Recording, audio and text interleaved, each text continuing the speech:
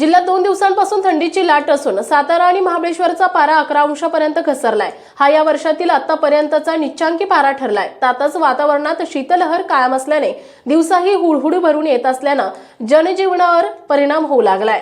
November महिना थंडीचा असतानाही जिल्ह्याचं किमान तापमान कायम 15 अंशावर राहिले। यामुळे थंडी जाणवलीच नाही। मात्र डिसेंबर महिन्यात थंडीच्या प्रमाणात हळूहळू वाढ झाली। डिसेंबरच्या मध्यानंतर सातारा शहराचा पारा 13 अंशापर्यंत खाली आला होता, तर याच वेळी जागतिक पर्यटन स्थळ असणाऱ्या महाबळेश्वरलाही 12 अंशापर्यंत किमान तापमान घसरलंय। त्यामुळे थंडीचा जोर दिसून आलाय। पण 2 दिवसातच थंडी गायब झालीय। पुन्हा तापमानात वाढ होत गेलीय। साताऱ्याचा पारा 20 अंशापर्यंत पोहोचलाय। मात्र जानेवारी महिना उघडताच थंडीला मोठ्या प्रमाणात सुरुवात झाली। देशाच्या उत्तर भागात हरियाणा, पंजाब, उत्तराखंड भागात कडाक्याची थंडी पडतीये। तसेच उत्तरेत बर्फवृष्टी होऊ लागली आहे। याचा परिणामाने महाराष्ट्रातही थंडीची लाट आहे। सातारा जिल्ह्यात तर मागील 15 दिवसांपासून थंडीची तीव्रता जाणवतीये।